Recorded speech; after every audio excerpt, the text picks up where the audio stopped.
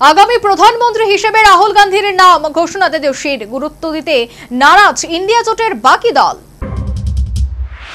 নিজেকে প্রধানমন্ত্রী পদে দেখার বহুদিনের স্বপ্ন বাংলার মুখ্যমন্ত্রী মমতা বন্দ্যোপাধ্যায়ের। সেই স্বপ্নে জল ঢেলে বিহার বিধানসভা নির্বাচনের প্রচারে জোটের নেতা হিসেবে রাহুল গান্ধীকে সমর্থন জানালেন আরজেডি নেতা তেজস্বী যাদব। বিহার জনগণের উদ্দেশ্যে তার আবেদন, আমাদের মহাজোটকে সরকারে আনুন, আমরা রাহুল গান্ধীকে প্রধানমন্ত্রী করব।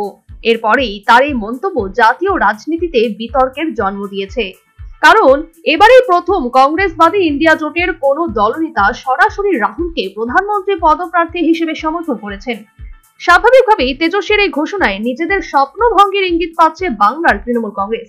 তৃণমূল কংগ্রেসের দীর্ঘদিনের স্বাদ, তাদের নেত্রী মমতা বন্দ্যোপাধ্যায় একদিন হবেন দেশের প্রধানমন্ত্রী। এতদিন পর্যন্ত শুধু কংগ্রেসই রাহুলকে প্রধানমন্ত্রীর মুখ হিসেবে তুলে ধরেছে। রাজনৈতিক বিশ্লেষকদের মতে তেজস্বীর এই বার্তায় শুধু বিহারেই নয়, জাতীয় রাজনীতিতেও নতুন করে আলোচনা শুরু হয়েছে। ইন্ডিয়ার বাকি শরিক দলগুলি কিন্তু সরাসরি জানিয়ে দিয়েছে কাকে বিরোধী জোটের প্রধানমন্ত্রী করা হবে তা ঠিক করার এখনো সময় আসেনি। কেউ কেউ বলছেন তেজস্বী বিহার বিধানসভা ভোটের হিসেবে কংগ্রেস আরজেডি জোটকে সামনে রেখে এই মন্তব্য করেছেন। এদিকে রাহুল গান্ধী বলেন, আমরা এখন মূলত ভোট চুরি রুখতেই লড়াই চালাচ্ছি।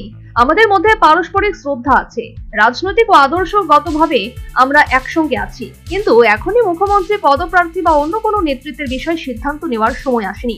কংগ্রেসের বক্তব্য, জোটের মুখ্যমন্ত্রী প্রার্থী কে হবেন তা নির্ধারিত হবে ভোটের ফলাফলের পর। যদিও তেজস্বী যাদব প্রায় প্রতিটি সভাতেই নিজেকে বিরোধী জোটের মুখ্যমন্ত্রী পদপ্রার্থী হিসেবে তুলে ধরেছেন। বাম দলগুলির পাশাপাশি বিকাশশীল ইনসান পার্টির প্রধান মুকেশ সাহানিও তার পাশে দাঁড়িয়েছেন।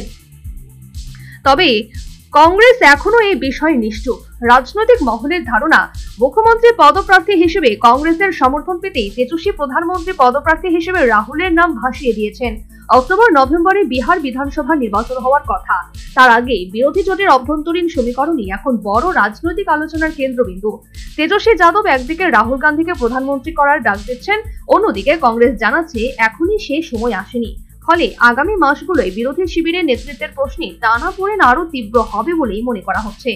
উল্লেখ্য, 2024 সালের লোকসভা নির্বাচনে রাহুলকে সামনে রেখে লড়ার ক্ষেত্রে আপত্তি ছিল আম আদমি পার্টি এবং তৃণমূল কংগ্রেসের। 2014-2019 সালের লোকসভা নির্বাচনের ব্যর্থতা একের পর এক রাজ্যে কংগ্রেসের ভরাডুবিকে সামনে রেখে রাহুলের নেতৃত্ব গুণ নিয়েও প্রশ্ন তোলে তারা। তৃণমূল কংগ্রেসের দাবি ছিল মমতা বন্দ্যোপাধ্যায়কে জোটের প্রধানমন্ত্রীর মুখ করতে হবে। অন্যদিকে আম আদমি পার্টির নেতারা অরবিন্দ কেজরিওয়ালকে ইন্ডিয়া শিবিরের নেতা ঘোষণা করার পক্ষে ছিল। National bureau report, news vanguard.